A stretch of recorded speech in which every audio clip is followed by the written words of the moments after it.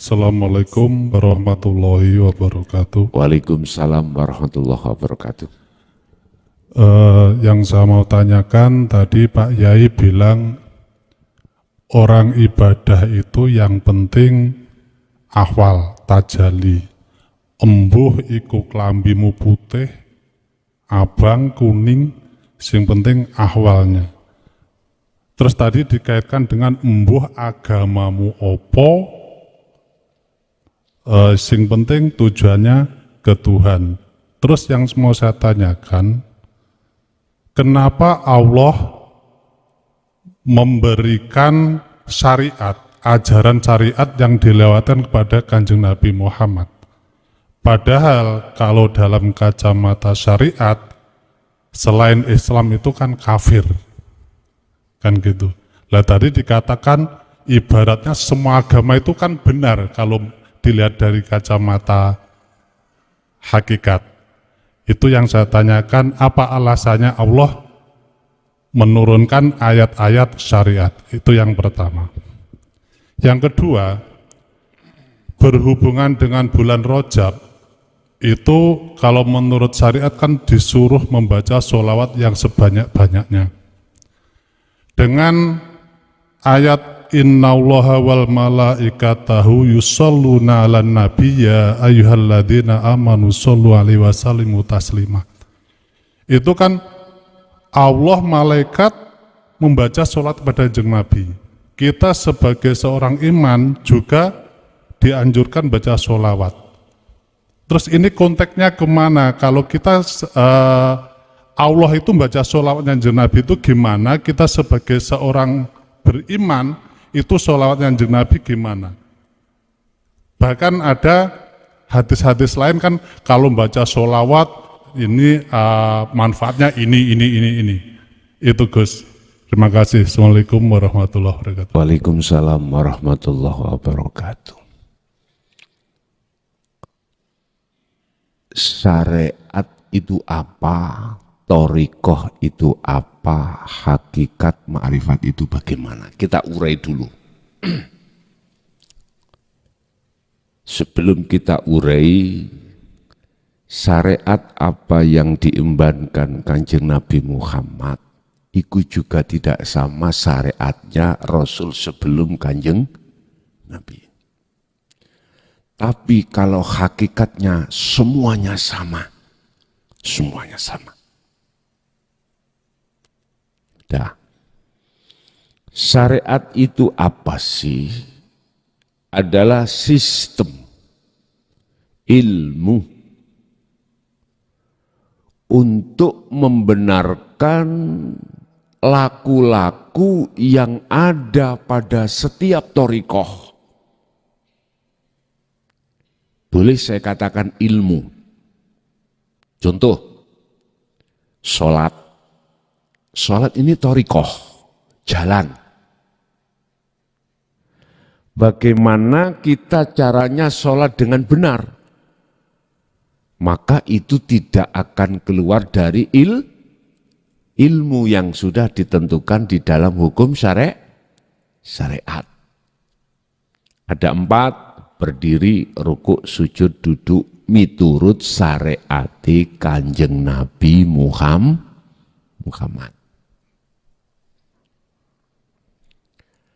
Sebelum kita melaksanakan sholat, kita wajib terlebih dahulu tahu dan mengerti bagaimana sah dan tidaknya sholat. Miturut kacamata syariat. Ini kan ada kaitannya dengan jasmani.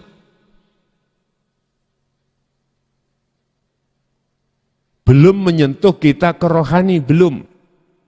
Jasmani. Sehingga tatkala jasmani belum melakukan sholat, ya jelas tidak, kita dikatakan belum melaksanakan sholat, belum patuh. Jasmani. Nama sholat adalah thariqah. Saya tidak bicara tentang thariqah mutabaroh. Mulai A sampai Z, yang sanadnya itu mutasil sampai kanjeng nah, ndak. Saya bicara aslinya thariqah itu nama, sholat itu nama sholat.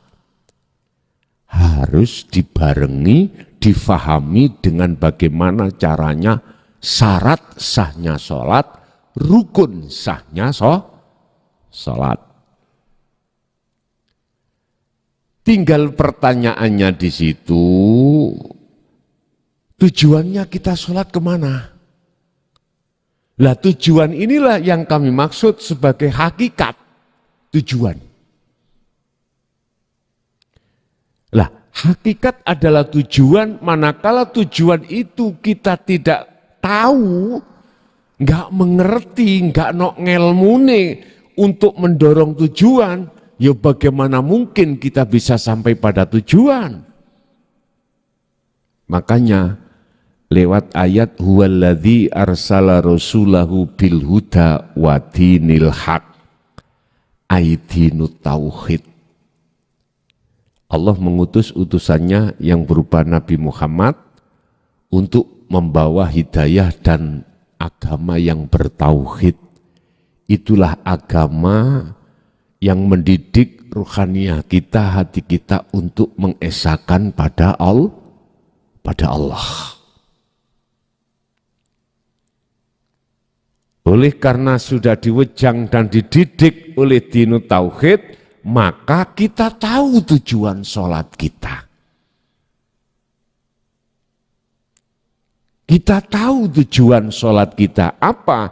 Illa liya'budun.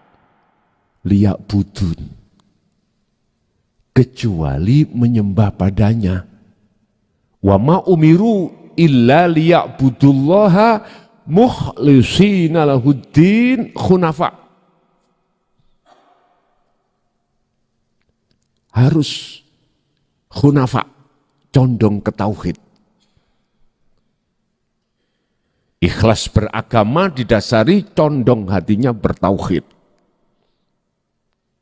Berarti tujuan sholat adalah menyembah dan bertemu Allah.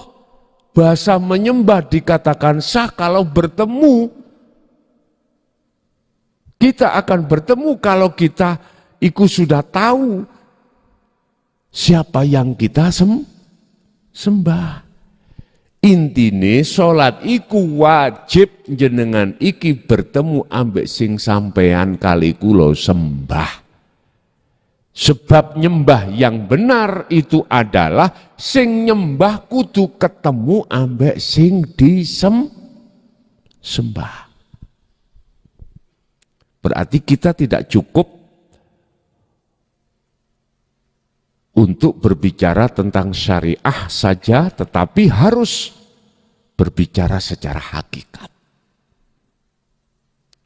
Dengan begitu tujuan sholat adalah menyembah dan bertemu Allah. Ketika jenengan iki betul-betul bertemu Allah, itulah nyatanya hakikat. Makrifat itu nyatanya hakikat, nyatanya tujuan. Jenengan kesini syariatnya apa? Sepeda, oke. Ada yang mobil, ada yang jalan kaki. Thariqahnya apa? Jalan. Tujuan sampai apa ke sini? Ngaji, oke. Kalau sudah nek sampai ke sini nyatakno hakikat iki nek gak dingelmoni, oh kudu liwat kono alamati iki, ya susah untuk ketemu. Kalau sudah di sini, maka inilah nyatanya hakikat disebut makrifat. Dari pertanyaan, apa maksud dan tujuan Allah memberikan syariat terhadap Nabi Muhammad terhadap kita? Semata-mata itu supaya kita mau mempergunakan untuk bertemu Allah. Tujuannya di situ. Allah mendatangkan hukum syariah itu adalah sebagai pengetahuan secara jasmani kita supaya hablum minan nas itu benar. Allah mendatangkan hukum hakikat terhadap baginda Rasul supaya ruhaniyah kita hablum minallah, hubungan langsung pada Allah itu biar benar. Loh, di situ loh.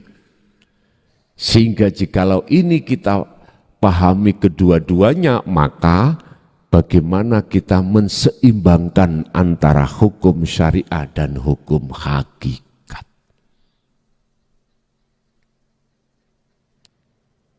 Kalau kita sudah sampai pada nyatanya hakikat di sini, kita tidak akan berkomentar orang lain salah. Tidak. Karena semua itu kehendak Allah. Kita tidak akan pernah khilaf Pak dalam hukum apapun. Manakala jatuhnya ruhaniyah kita sudah pada di titik makrifat.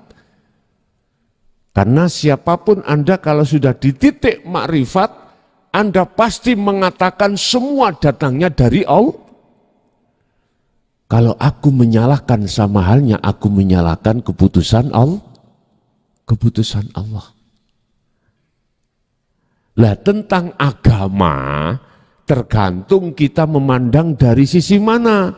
Kalau kita memandang dari sisi kacamata syariat, selain wong Islam berarti musyrik. Lah ngeten nggih?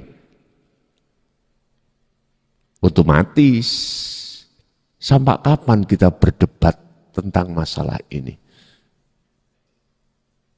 Apakah kita mesti sudah benar di mata Allah ketika saat kita patuh hukum syariat sementara hakikat kita tinggalkan? Miturut kacamata hakikat, lah iki saya jawab, mohon maaf sebelumnya. Sebab saya memakai dua kacamata. Kalau kacamata syariat, insya Allah jenengan iki yang benar. Lah ngoten nggih? Walaupun tidak, ruhaniyah kita tidak berhakikat pada Allah. Insya Allah. Karena miturut pandangan syariat. Makanya siapa yang bersolawat, itu miturut hadis dan lain sebagainya. Bla bla bla bla bla. Wong Kanjeng Nabi, wong malaikat, wong Gusti Allah itu juga bersolawat kok. Lah ngoten. Lah ngoten nggih?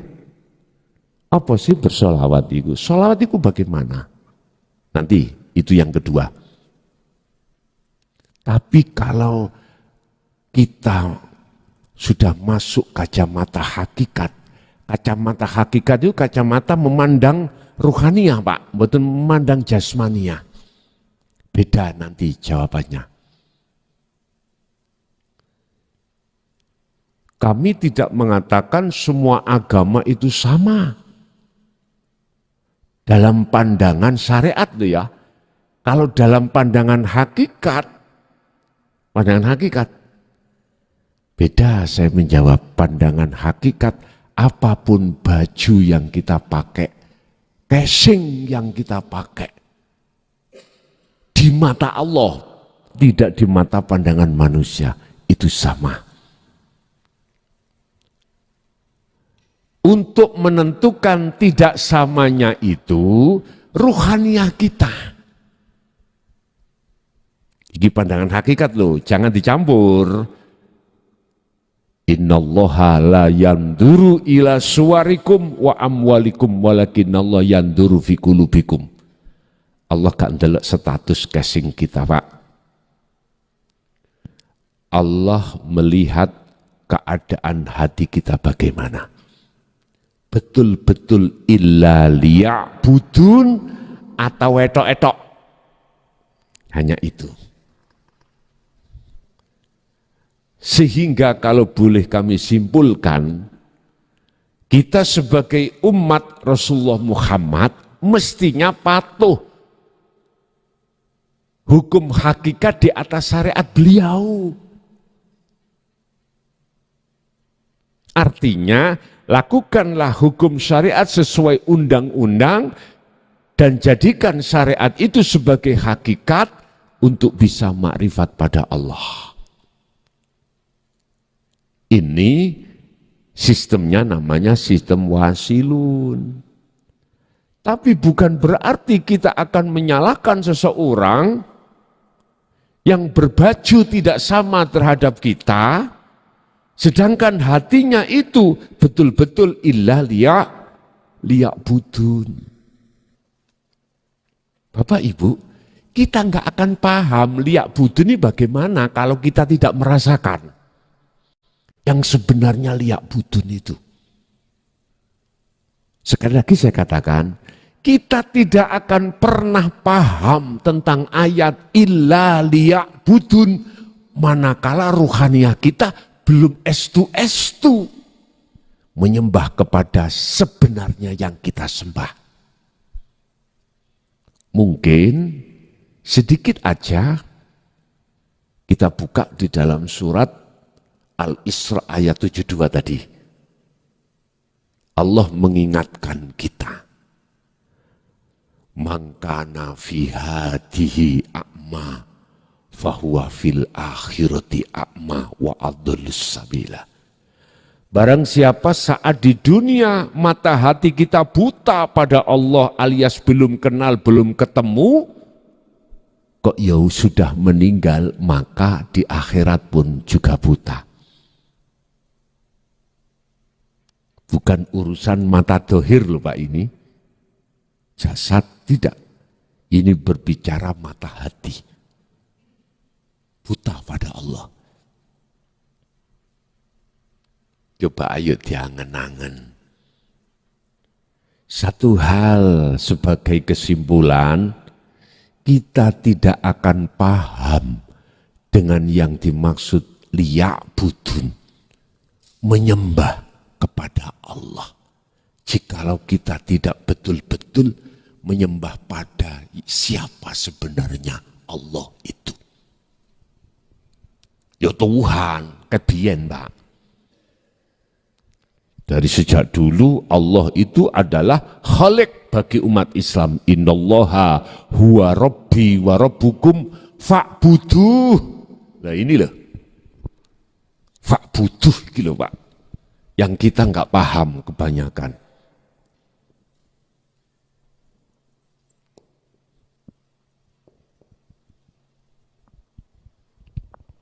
Kembali kemana siapa ini? Hak ini kembali ke Allah. Allah mencerminkan nama. Janganlah kau menyembah namaku, sifatku, zatku, tapi sembahlah aku. Jikalau Anda ingin tahu sebenarnya aku yang di dalam Al-Quran ana, iki sampean gosok.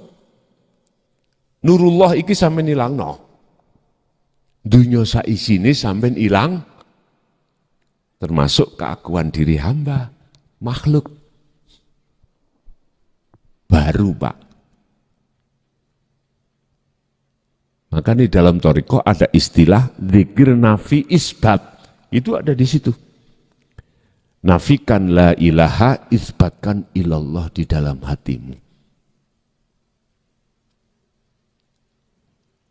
Kembali kepada pertanyaan, apa maksud Allah mensyariatkan terhadap Muhammad seperti ini? Jawabannya adalah supaya kita memanfaatkan hukum syariat, ruhaniyah itu bisa makrifat pada, berhubung kita tidak diajarkan tentang hukum hakikat.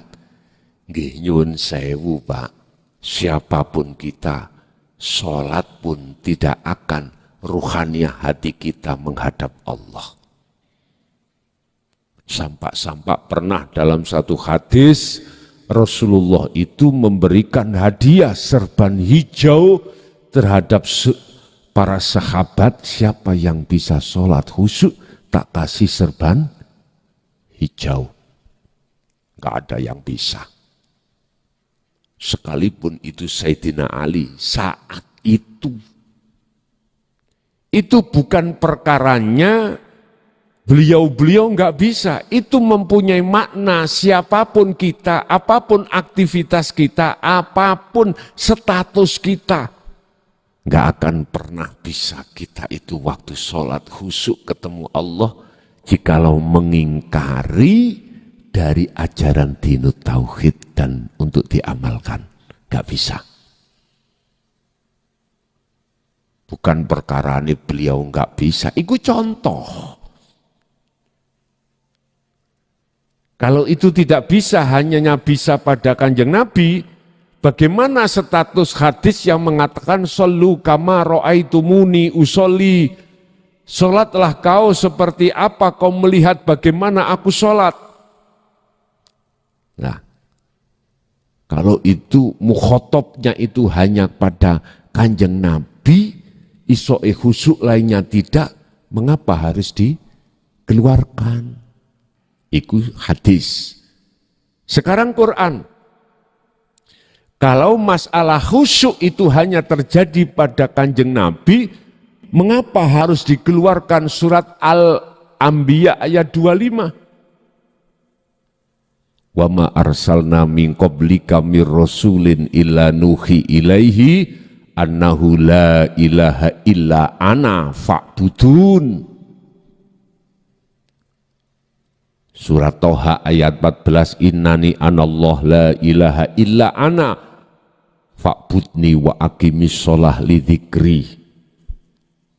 Intine, aku tidak akan pernah mengutus utusan sebelum kamu Muhammad, termasuk dirimu, kecuali harus mengemban, menyampaikan wahyuku ini terhadap umatmu supaya kau bisa mendidik apa maksud dan cara untuk mengamalkan la ilaha illa ana. Dengan begitu maka fa'budun, mereka akan bisa menyembahku. Fa'budun, maka sembahlah aku. Ini Pak. Jadi syariat yang dibawa oleh Kanjeng Nabi Muhammad itu juga tidak sama dengan syariat yang dibawa oleh Kanjeng Nabi Isa. Cara untuk menghadap pada Allah beda-beda. Begitu juga terhadap Rasul yang sebelumnya syariatnya beda-beda. Beda-beda. Tapi yang dimaksud apa fungsi dan tujuannya itu untuk menata habluminan nas kita biar bagus. Dengan begitu habluminan nas, habluminallah itu biar juga bagus. Lah hakikatnya tujuannya cuma satu. Mulai Nabi Adam sampai Nabi Muhammad diperintahkan cuma satu, intinya apa? Ani'budullaha wastanibu taghut. Tugasnya cuma siji, Pak. Secara ruhaniyah menyembah hanya pada Allah. Bahasa syariat itu disebut Allah. Nama. Substansinya ya yang memiliki nama siapa itu? Lah syariatnya pada zaman Rasul Nabi Adam itu siapa? Namanya siapa? Nabi Ibrahim siapa? Cuman substansinya, keruhaniannya sama, yaitu Rob, Tuhan. Tuhan secara umum, kita ngomong secara umum, makanya di dalam Al-Quran juga membahas Rob secara umum. Wa anibu dan balio sira kabeh ila rabbikum maring pangeranmu sira kabeh. Berarti kalau kita bicara Rob Tuhan, berarti tidak hanya umat Islam, untuk semuanya. Tapi di situ tafsirnya muhakamah ila rabbikum ay Allah. Lah ngena. Itu untuk umat Islam sesuai syariat.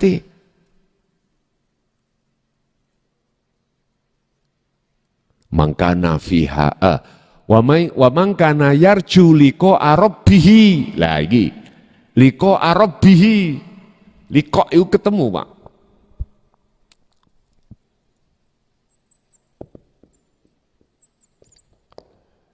Liqa rabbihi. Lah ini untuk umum. Barang siapa yang ingin bertemu Tuhannya, Akhirnya di dalam Al-Quran tafsirnya ai Allah. Lah ngene nih. Kalau di luar agama Islam, Rabbihi berarti Tuhane. Tuhane siapa namanya? Kalau orang yang sudah duduk di hakikat, apalagi sudah sampai makrifat,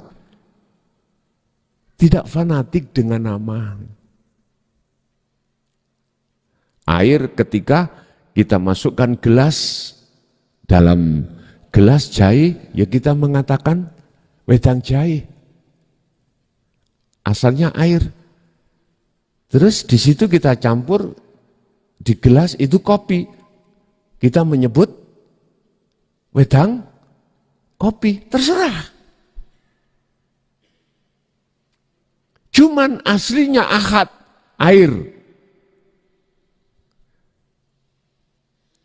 Ada syarat dua, barang siapa yang ingin bertemu Tuhannya, pertama adalah falyakmal amalan solihan, bagusen bangunan atimu iku, bagusono atimu ing ngersani Allah, ruhaniyahmu ing mata Allah. Apa? Tauhidnya. Tinggalno iman selain Allah. Tinggalnya iman selain yang ahad ini. Berarti sudah tidak terikat dengan nama kopi, dengan nama jahe, dengan nama teh, macam-macam, tidak terikat. Yang kedua, wala yusyrik bi ibadati rabbih ahada.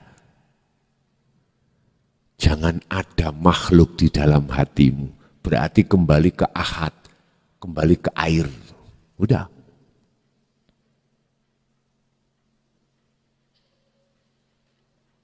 Sehingga pandangan syariat dengan pandangan hakikat enggak sama, Pak.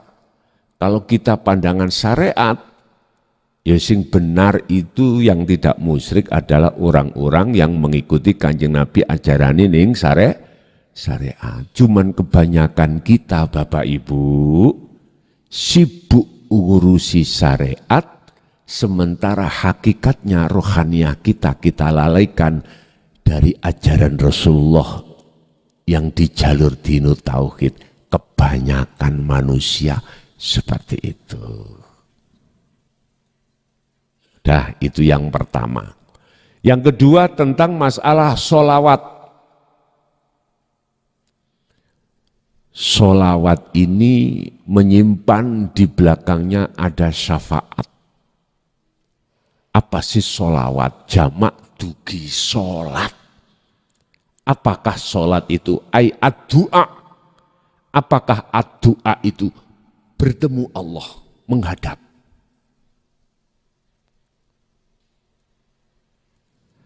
Bagaimana Allah cara bersolawat terhadap Muhammad? Bagaimana? Kan enggak pernah dibuka ini. Tadi saya katakan as-sholawatu jamak dari sholat. Sholat itu adalah ad-du'a, ad-du'a adalah menghadap. Ini prosesnya. Berarti pertolongan Allah terhadap Rasulullah Muhammad dengan bentuk dijadikan sebagai mukhlisin, hamba yang dipilih, itulah sholawatnya Allah. Itu sholawatnya Allah. Memilih beliau sebagai makhluk yang ditajalikan. Sampai enggak akan pernah bisa menerima keterangan ini manakala jenengan ini berbicara sholawat itu dari sisi syariat saja. Enggak bisa. Innallaha sesungguhnya Allah wa malaikatahu dan malaikatnya Allah iku yusholluna. Lah ngoten dah. Alan nabi. Lah sholawati malaikat bagaimana? Allah mengutus malaikat untuk menyampaikan wahyu terhadap Kanjeng Nabi, berarti ketika dia menyampaikan wahyu itulah bentuk sholawati. Syafaat pertolongan.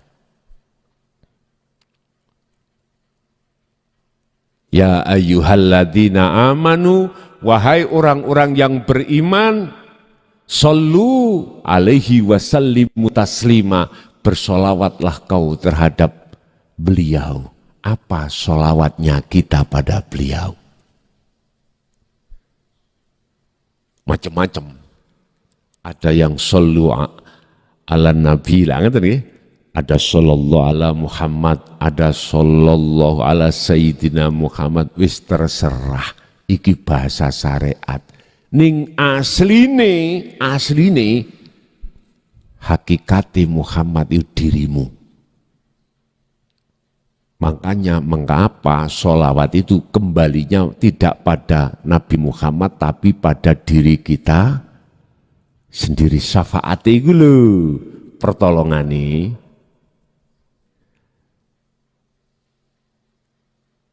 Baru kita akan paham. Terus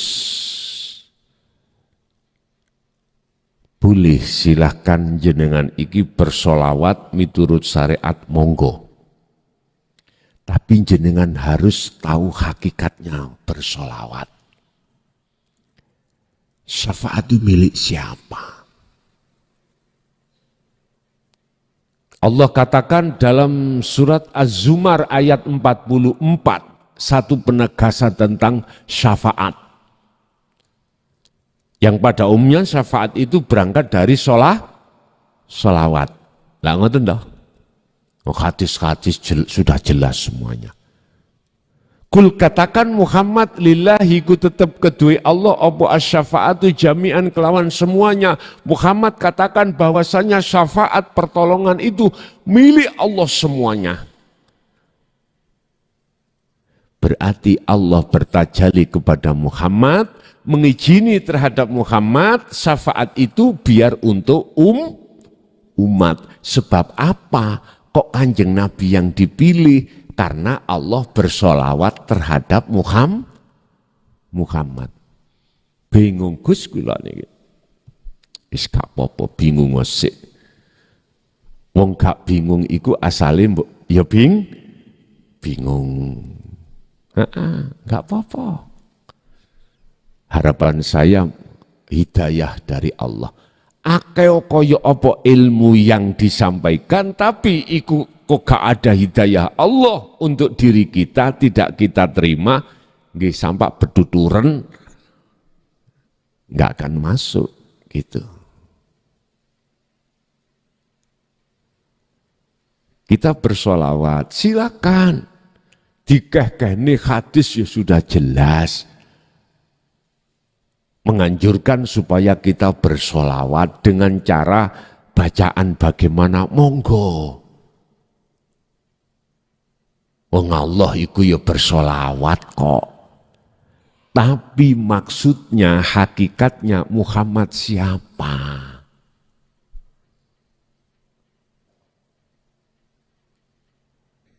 Mengapa pengertiannya itu kok ya syafaat itu kembali pada diri kita?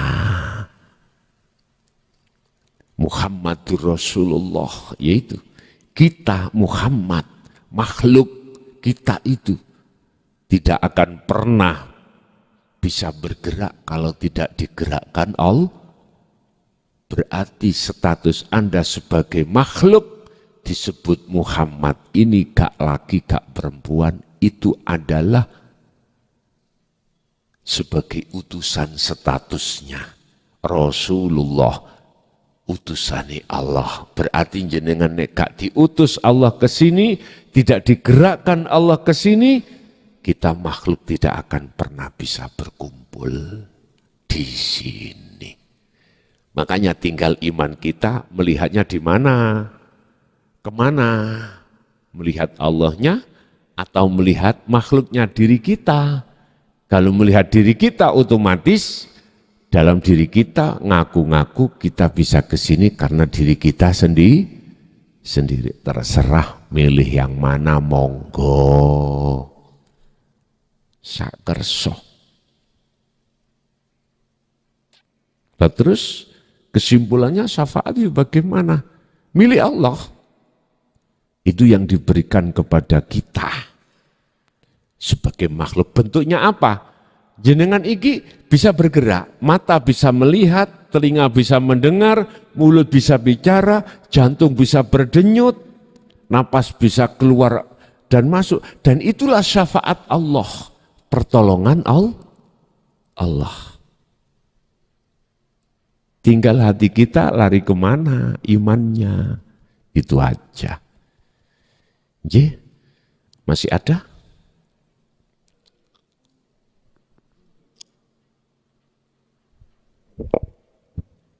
Assalamualaikum warahmatullahi wabarakatuh. Waalaikumsalam warahmatullahi Kula wabarakatuh. Pak Imam saking adan-adan ngapunten Yai kawula nyuwun solusi inggih punika wonten dawuh aulad putra niku dipun fitrahaken suci lajeng dados Nasrani utawi Majusi tergantung abawen. Nggih. Niku ngapunten nyuwun penjelasan. Matur nuwun. Wassalamualaikum warahmatullahi wabarakatuh. Waalaikumsalam warahmatullahi wabarakatuh. Kullu mauludin yuladu alal fitrah. Setiap bayi yang dilahirkan itu dalam keadaan suci. Maksudnya ruhaniyah, belum kecampuran urusan dunia. Apakah kau jadikan Islami, Nasrani, Majusi, terserah Anda sebagai orang tua. Ini bahasa ada kaitannya antara hablum minallah dengan hablum minannas.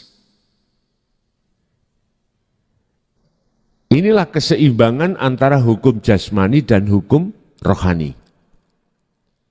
Biasanya Pak, gimana di mana? Nek bapake Nasrani, ibuke Nasrani, anake melu Nasrani. Nek pake ibuke iku Islami berarti anake yo harus pun di mana-mana itu, di mana-mana. Iki secara fisik. Bahasa umum kita menerkai secara fisik. Sehingga kita melihat dari KTP. Buktinya KTP kita kalau setiap waktu itu sholat, menjalankan perintah, puasa, Ramadan kita lakukan. Oh Islami.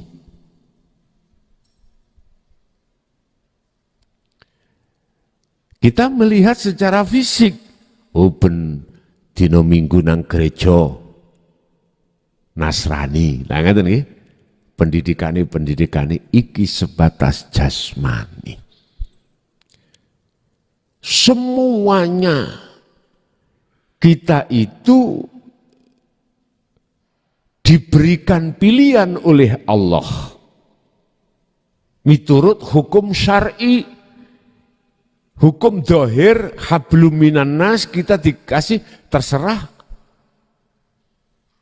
Allah memberikan hukum-hukum di situ, kita disuruh milih.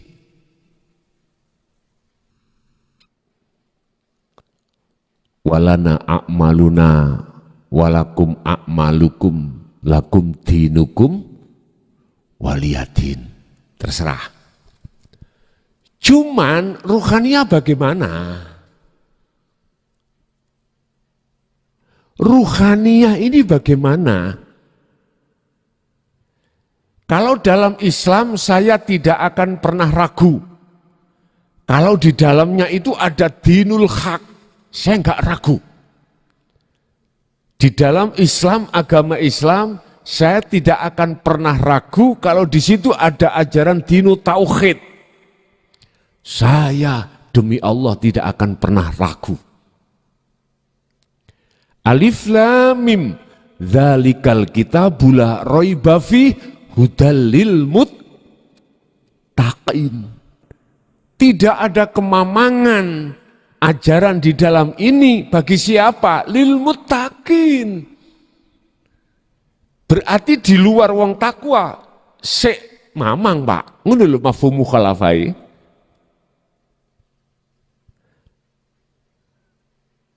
Zalikal kitabu la raiba fih. Ajaran di dalam kitab ini, di dalam Islam, secara syar'i Al-Quran, itu tidak ada sedikit pun keraguan-raguan, kemamang-mamangan. Bagi siapa? Dan itu akan menjadikan petunjuk kebenaran itu lil muttaqin, hudal lil kedua orang yang bertakwa. Yang dimaksud orang yang bertakwa itu orang yang bagaimana, atau Pak? Ittaqullaha, ini adalah amar, perintah, berarti kita belum takwa. Setiap Jumat kan ada, Pak, wasiat. Ittaqullaha. Mesti anak terusi haqqa tuqatihi, dengan takwa yang sebenar-benarnya. Ittaqullah itu adalah kata perintah. Belum bertakwa kita. Kok kita sudah bertakwa? Gak mungkin diperintahkan muncul ayat ini. Oleh karena kita belum bertakwa dengan sebenarnya takwa, maka muncullah asbabun nuzul ayat ini. Dengan haqqa tuqatihi, dengan takwa yang sebenar-benarnya takwa. Mana tuh, Pak? Yang sebenar-benarnya takwa. Hati kita sudah tidak ada iman selain yang Maha Esa. Itu. Nah, terus bagaimana kedudukan daripada ayat inna dina indallahil Islam? Sesungguhnya agama yang diridhoi di sisi Allah adalah agama Islam. Itu apa tuh, Pak? Pasrah. Dengan pasrah yang benar akan selamat. Inilah yang kumaksud Islam yang kafah. Udkhulu fisilmi kafah, Islam yang sempurna. Islam yang sempurna itu bagaimana? Islam yang sudah sampai pada titik la ilaha illa ana tauhid. Pertama, la ilaha illallah, syariat jahr, la ilaha illa huwa, thariqah siri, la ilaha illa anta, sirul asr, hakikat, la ilaha illa ana, hakikat. Itulah fana'udz dzikri. Tauhid kita, proses dari Allah, huwa, anta, ana. Inilah makrifat syariat, thariqat, hakikat, inilah kesempurnaan daripada Islam. Udkhulu fisilmi kafah, masuklah kau di dalam agama Islam dengan sempurna.